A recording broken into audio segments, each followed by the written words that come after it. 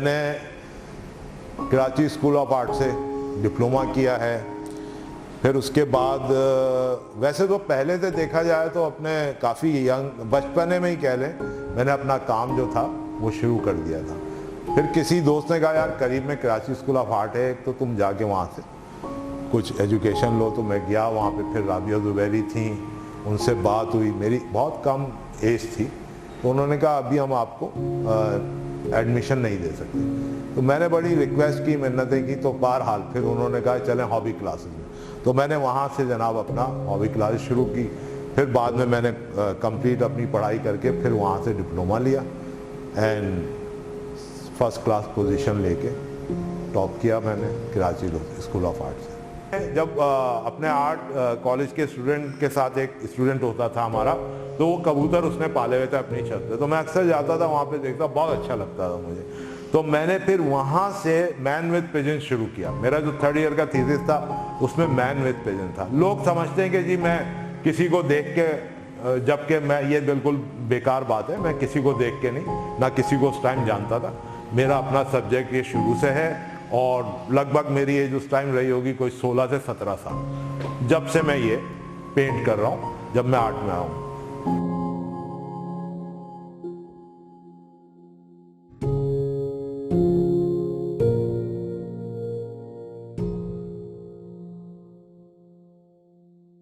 मैं सबसे पहले तो ये दिखाना चाह रहा हूँ कि एक चेहरा है, कबूतर है, उसी को लेके चलना है आपने एक चकोर से कागज पे, कैनवस पे।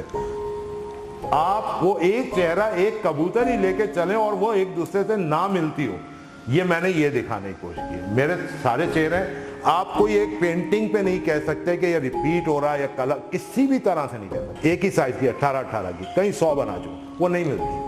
तो मेरा यही दिखाना था, यही कमाल था, जो कमाल होता है। मेरे ख्याल में मैंने पेंटिंग में अपने नहीं डाली, बहरहाल मैं उनसे उनकी लाइन से, उनकी कंपोजिशन से, शाकिर अली साहब की कंपोजिशन से, लाइन से, वो एक छोटा सा एक एलिमेंट बना देते थे, मगर मैंने भी किया वो और उनसे मुतासिर हो गए किया। आई लव शाकिर अली, और वैसे सबसे मुझे प्यार है सारे आर्टिस्टों से जितने भी हैं, मगर जो एक आपके दिल के करीब, रूह के अंदर होता है, खून के अंदर शामिल होता है, वो शाकिर अली साहब ले लें आप।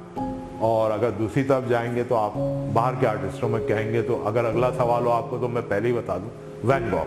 आई लव वैन गॉग। मुझे अपने अंदर ये कहलवाना बड़ा पसंद है कि you are a Asian Van Gogh.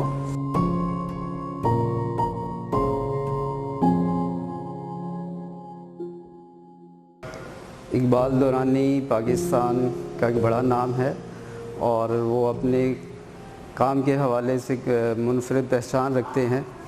Iqbal Durrani साहब का हम शुक्रगुज़ार हैं कि उन्होंने हमारे साथ शो किया।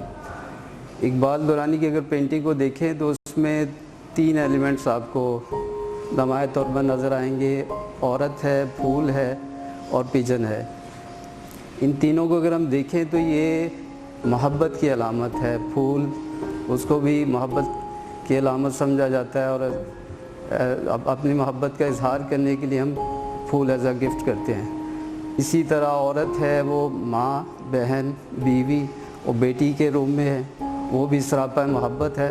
और पिजन जो है वो भी मोहब्बत और अमन की अलामत समझा जाता है। तो दुरानी साहब अपनी पेंटिंग के थ्रू मोहब्बत, अमन, प्यार का पैगाम देते हैं और इसी पैगाम को आम करने की ज़रूरत है। Thank you.